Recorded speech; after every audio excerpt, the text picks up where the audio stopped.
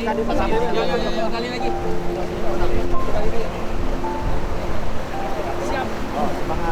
Siap.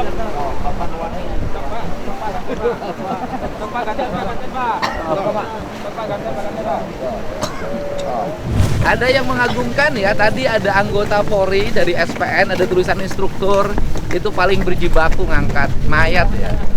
Nanti saya mau temuin.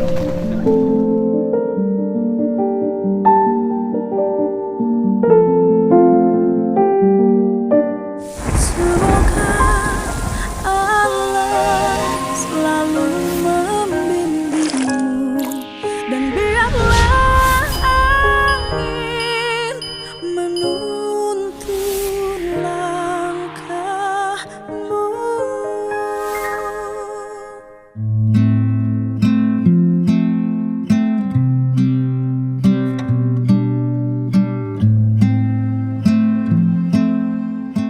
Oh ini kemarin yang itu. Siap. Assalamualaikum. Salam. Oh, alhamdulillah. Anu kemarin di pijitan saya siapa? Saha. Nah ini. Saya. Oh, ya, nuhun. Sini. Ya. Ini. Kemarin yang membantu berdua. Bapak pakai baju apa waktu itu? Pakai jaket hitam. Jaket hitam. Yang pakai topi instruktur ini. Siap. Bapak mah nggak pakai topi instruktur. Nggak pakai hitam, baju ini. Baju ini, bajunya baju gini kan. Jadi ini dua orang ini yang waktu itu saya perhatikan. Kenapa saya perhatikan? Karena biasanya dalam peristiwa-peristiwa penting itu yang mau turun ngangkatin mayat, terus kemudian bukan hanya ngangkat ya, waktu itu sulit sekali mayat itu diangkat karena nyangkut di akar, nyangkut di batu ya. Biasanya orang biasa, masyarakat biasa atau relawan biasa. Nah, secara umum itu kadang-kadang hanya ngelihat. Biasanya begitu. Kemarin juga lebih banyak ngelihat daripada yang turun. Nah, Bapak ini kan polisi. Siap. Di SPN. Artinya bahwa tugasnya tidak ada kaitan dengan urusan pengangkatan mayat kemarin. Tidak ada. Hanya kebetulan sekolahnya SPN-nya itu dekat di lokasi. Siap. Jadi mohon izin Pak, kami diperintahkan oleh KSPN Polda Jabar ketika kita mendengar kabar ada bencana longsor, kami langsung siaga bencana Pak. SPN sehingga personel SPN itu banyak yang dikerahkan ke lokasi langsung pada saat itu. Kan banyak yang dikerahkan, saya juga anggota banyak saya lihat di pinggir. Tapi Bapak kenapa milih turun? Padahal Bapak tidak berseragam. Karena saya udah biasa juga Pak sama mayat Pak. Oh. Dulu saya sebelumnya pernah dinas diidentifikasi. Oh, pernah diidentifikasi di mana? Di Pekanbaru. Oh, di Pekanbaru. Enggak, bukan yang tergerak kan petugas saya lihat banyak loh Pak. Yang samping juga saya ada ngeliatin gitu loh. Tiba-tiba gitu loh. Sama dengan masyarakat yang lain, yang relawan yang lain. Yang menggerakkan apa? Karena terpanggil hati saya Pak. Terpanggil. Maksudnya udah pada saat itu kan ketika kita melihat ada jenazah gitu Pak. Ya otomatis gitu Pak. Langsung inisiatif turun. Langsung inisiatif turun. Apa yang membuat kesulitan pengambilan jenazah pada waktu itu? Kalau saya sih pengen nolong, pengen ngangkat, tapi sayanya ininya nggak tegaan kalau saya orangnya. Kan ngangkat kaki yang udah. Apa kesulitan pada waktu itu? Jadi jenazahnya itu Pak karena dia terbawa air di aliran sungai ya. Di aliran air itu dia tertimbun-timbun terus oleh pasir, kemudian juga kayu-kayu yang terbawa arus Pak. Kemudian juga ada beberapa pondasi yang terbawa hanyut juga di situ Pak. Sehingga mayat itu tertimpah. Waktu saya turun itu kan sudah ada yang diangkat. Ya. Lebih dulu. Ada 3 ya kalau nggak salah. 3. Kalau yang 3 itu lebih gampang. Ya sebelumnya itu masih belum tertimpah Pak. Bukan yang tertimpah sama reruntuhan. Jadi lebih gampang. Lebih gampang. Yang tersusah itu adalah itu. Ya, yang pada saat itu. Yang saya datang itu. Ya.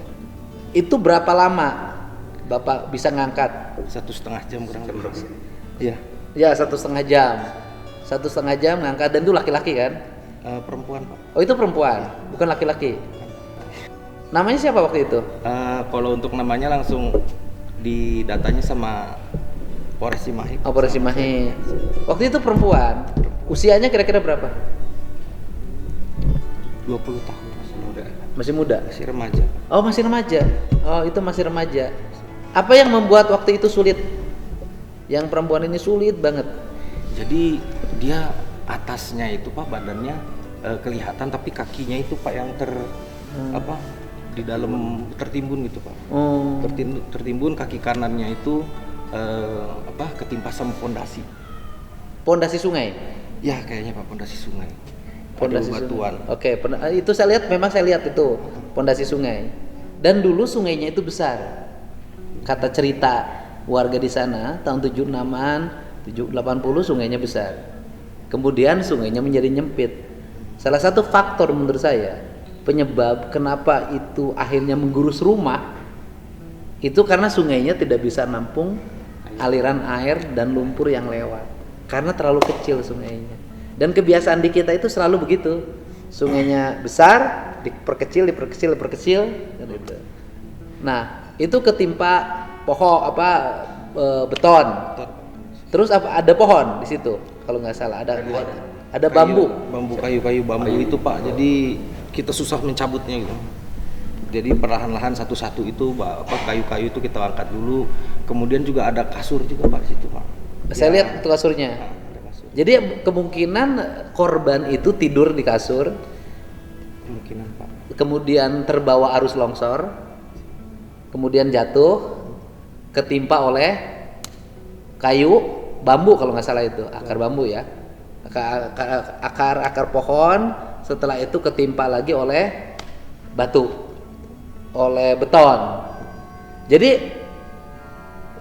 ngangkatnya berapa hari itu? Kalau untuk waktu kurang lebih 1,5 jam. Cuma kalau untuk bebatu kayu itu udah nggak terhitung Pak, yang menimpa sama yang nyangkut gitu Pak. Dia tuh nyangkut di kayu-kayu. Gitu. Nyangkut. Sebelumnya sudah ngangkat dulu mayat yang lain? Saya kan waktu itu hari itu baru yang satu itu aja saya angkat. Baru satu itu. Kemudian ada 2 lagi yang di atasnya itu. Ikut langsung ngangkat saya juga? Bergeser ya. Oh jadi setelah itu diangkat kan saya naik ke atas nih. Akang tuh nggak berhenti di situ.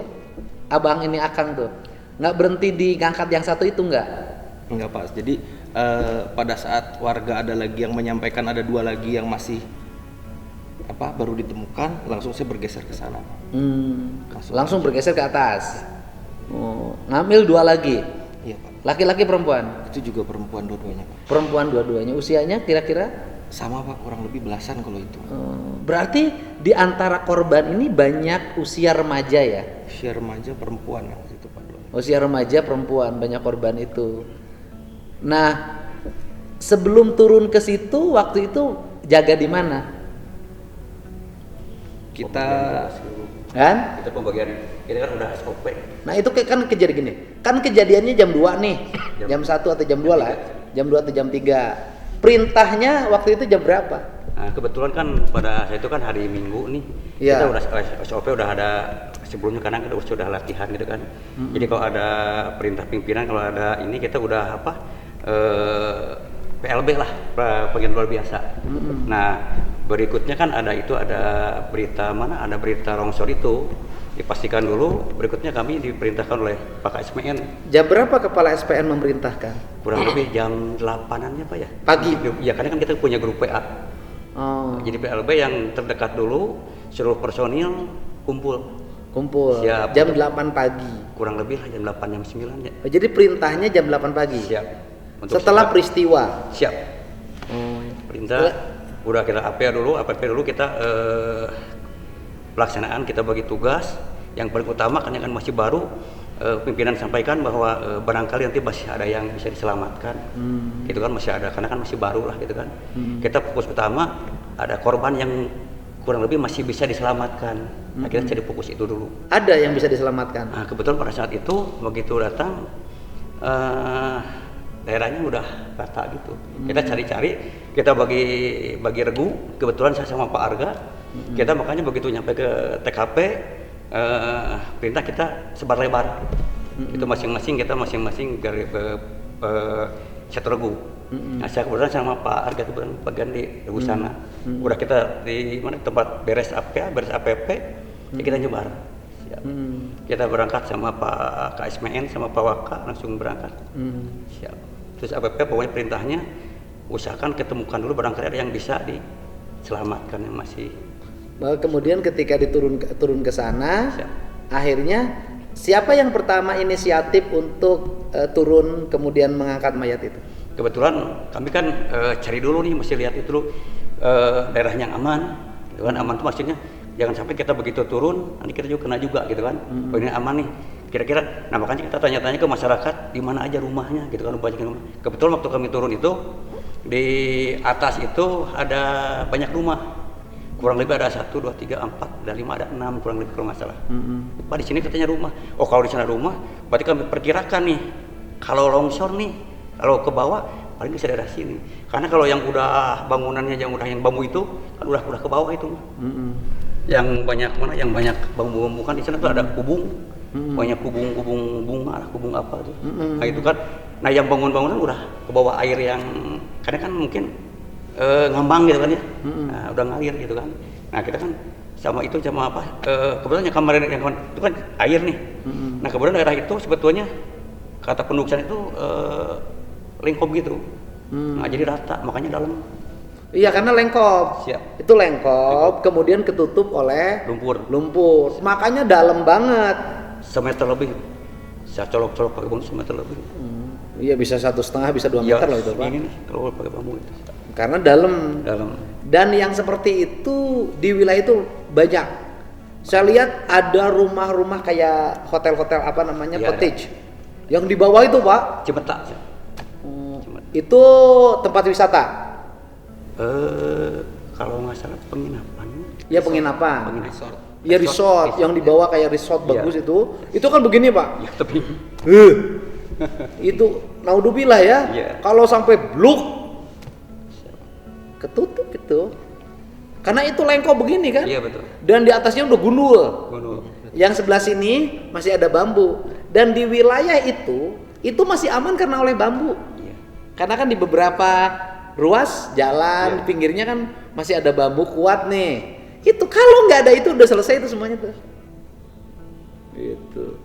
Nah, sampai hari ini dapat informasi sudah berapa yang dia terangkat? Kemarin waktu yang pertama terangkat itu 7 nih. Nah waktu kita bawah dapatkan itu kan yang pertama sama yang sulit itu kan. Jadi 8. Pas kita terakhir naik itu sampai maghrib itu 3. Jadi semuanya cuma 10. Nah 10 kita naikkan ke atas. Nah besoknya diketemukan lagi 15. Berikutnya diketemukan lagi sorenya 3. Jadi kurang lebih 25 yang kemarin hari Sabtu sampai Minggu itu.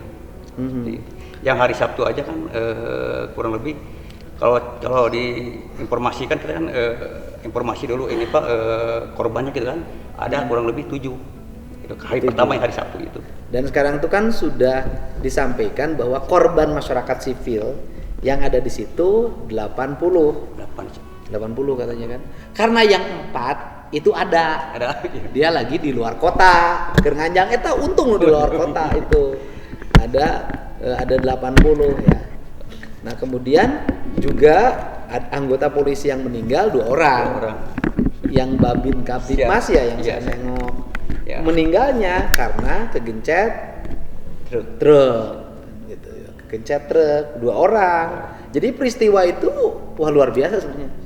Sudah ada meninggal korban karena bencana longsor, meninggal karena kecelakaan lalu lintas gitu loh. Karena lalu lintas.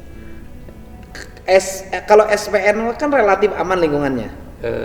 Insya Allah aman. Tidak ketebingan seperti itu. Karena kalau SPN kan begini, itu ada tebing Cimeta lah seperti itu. Nah, SPN di atas sebelah sini. Jadi kalau jadi nggak ada gunung yang terlalu atas, nggak ada. Bapak di SPN udah lama? 24 tahun. Oh, lila pisan itu 24 tahun. Sebelumnya terakhir tugas di mana? Di Restabes. Restabes Bandung sih. Tabes Bandung. Zaman Polwil Tabes. Zaman Tabes. Kalau 24 tahun yang lalu itu namanya Polwil Polwil Tabes. Tabes. Sekarang pangkat Bapak apa? AKP. AKP teh kapten ya? AKP. Akang? Aibda tuh letnan 2. Relawar 1 Pak. Oh, lawas 1 berarti dulu Bintara. Saya sekarang masih Bintara Pak. Oh iya sekarang Bintara. Dari awal Bintara. Iya siap. Kalau ini udah perwira. Enggak, dulu Bintara juga. Masuk ke SPN waktu Bribtu. Nah sekarang kan udah perwira. Siap. Udah AKP kan? Berarti sudah perwira. Udah. Perwiranya dulu di mana? Di SPN. SPN. PAG. Oh, PAG ya, 2017. program PAG. Ini juga lulus sekarang gua alhamdulillah. Udah lulus PAG? SIP. SIP. Berarti berhak menjadi itu. Ya, sekolah dulu di pendidikan dulu. Yang pendidikan IPDA nanti kan? Balok 1. Satu. Bapak tuh AKP ya? Tapi apa yang memotivasi Bapak? Kan AKP nih Pak. Kapten Pak. Kapten tuh setingkat dan Ramil. Kan banyak dan Ramil, Kapolsek kan ada yang AKP juga kan? Kapolsek ada banyak yang AKP, ada yang Kapolseknya sudah kompol kan? Tergantung. Apa yang memotivasi Bapak kok AKP mau arikin mayat? Kan Bapak tinggal berdiri aja perintah Pak. Kebetulan yang pertama jelas saya ikhlas pengulangan jiwa mungkin. Yang kedua emang udah SOP seperti itu. Kita ada belanja, kita ada bencana ya kita harus segera. Nggak ada istilahnya. Karena kan yang mau dari SPN kan hanya apa istilahnya mendidik, melatih. Tapi jangan hanya itu. Tapi bagaimana? Ya kembali lagi seperti tahu tentang apa tugas tanggung jawab kepolisian gitu kan, secara melindungi masyarakat gitu kan. Ya artinya kita harus harus apa open terhadap masyarakat juga. Jadi udah dipersiapkan. Waktu dulu juga pernah waktu ada helikopter yang jatuh di Burangrang. Iya, itu. Ya kami perintahkan segera untuk evakuasi, ikut membantu berangkat. Jadi Burangrang itu ceritanya sudah terlalu banyak. Helikopter udah berapa di Burangrang hilang? Helikopter 2. Udah 2. Dulu pernah waktu saya SMA juga ada yang jatuh situ. Iya, helikopter yang pertama itu. Helikopter yang pertama. Ya. Kemarin yang waktu ada satu lagi. Tahun 2000 berapa? 2007 atau 2006 kalau nggak salah. Dan Burangrang itu juga pusat latihan kan? Itu. Yang situ Cilembang. Situ Lembang. Oh iya, situ Lembang. Dan kemudian saudara-saudara kita yang dari marinir kemungkinan lagi di atas waktu itu. Lagi di hutannya berarti ya? Iya. Mereka berarti ke bawah ya? Sebagian. Ini sebagian ke bawah kan? Kan sudah banyak yang ditemukan sekarang kan? Iya. Sudah. Nah intinya kan sebenarnya dari seluruh rangkaian ini adalah sikap kita memperlakukan gunung. Kan itu yang menjadi problem hari ini kan. Yang problem di kita kan itu. Jadi ke gunungnya teboga kasopanan. Bahasa kan gitu loh. Jadi ya kalau kebon tuh kan harusnya di bawah aja, di daerah landai. Daerah datar gitu. Ya udah nggak apa nanam sayur, nanam apapun ya. Daerah datar. Tapi karena semangat usahanya tinggi, ingin menguasai lahannya lebih luas, nanamnya naik atas kan. Dan itu juga kebun itu sudah naik atas saya lihat. Sudah yang ke puncak itu kan sudah nyampe, dan kemudian kebunnya nanamnya pakai mulsa, ngebon bunganya pakai greenhouse, ya sudah, dan kemudian mupuknya di situ banyak menggunakan pupuk kandang. Maka di daerah indah itu di situ banyak lalur, ya Pak, ya kan Pak? Saya juga kan kadang-kadang di daerah gunung tapi lalur hungkul, ternyata kan dari pupuk kandang itu. Kandang itu. Nah di daerah itu Bapak barangkali punya pandangan, ada nggak daerah-daerah rawan sejenis? Paling Cemeta itu. Iya itu yang saya. Yang Cemeta itu ya. Simerta itu. Cemeta itu yang pertanyakan itu yang di bawahnya itu emang ada itu. Itu yang saya dikasih tahu. Iya. Pak Didi segera itu. Tapi kan warga kita ini kan kalau disuruh sekarang pindah dulu, ngungsi dulu susah Pak. Can kejadian bangsa orang macan naik pindah. Nah itu yang gawe itu menurut saya rawan kalau menurut saya. Rawan. Namanya? Cimeta. Oh, Cimeta. Jadi Cai Meta ya. Cimeta. Cimeta, Cimuti. Jadi itu yang termasuk daerah rawan. Apa pesan Bapak buat warga sekitar yang di sekitar Gunung Burangrang? Apa pesannya setelah peristiwa ini? Ya mudah-mudahan mungkin itu sebagai pembelajaran buat kita ke depannya sampai terjadi seperti itu. Yang pertama mungkin kita reboisasi aja pengalaman kemarin. Kalau saya sih sudah Pak. Ya, siap. Areal yang kemarin kena longsoran itu, Ya. satu akan saya buatkan sungai dulu, dikembalikan fungsi awalnya, kan dulunya ada sungai. Siap. Ada sungai. Dan kemudian yang kedua, daerah itu akan saya tanamin bambu Pak. Siap. Kan di situ banyak tuh bitung-bitung itu. Banyak. Bitung, gombong. Iya, gombong. Saya akan tanamin itu. Siap. Kalau itu reboisasi. Terus yang lainnya pesan apa? Paling ya itu aja mungkin kalau bisa mungkin mungkin nih paling itu jangan sampai nanam yang sayur gitu mungkin yang lain yang bisa menghasilkan tapi bagaimana tidak merusak Alam dan lingkungan. Konsepnya ada Pak. Saya ini udah nanamnya konsep kan tukang sayur. Di situ juga yang banyak kan bukan pemilik kan kuli. Nah konsepnya itu di saya itu udah ada konsepnya dan gajinya saya lihat cuma 30.000. Itu nanam bambu, nanam pohon hutan dan nanam pohon buah. Iya. Jadi tetapi selama proses menanam 4 tahun ke depan karena saya kepemimpinan saya periode ini adalah 5 tahun, itu tiap bulan dikasih penghasilan oleh pemerintah. Jadi misalnya gini, kalau di kuli kebun sayur dia 30, maka saya gaji 50. Atau ya kalau duit Pemdanya cukup ya saya gaji 75 gitu. Atau kalau cukup saya gaji 100.000. Nah kemudian dia nanam terus tiap hari kuli di situ. Nanti kalau sudah pohonnya gede 5 tahun itu kan sudah bisa berbuah. Dia berhak untuk memetik pohon itu kan dua-duanya dapat nanti. Hasil buah dapat, alam terjaga. Karena Bandung Utara ini hampir semuanya ya.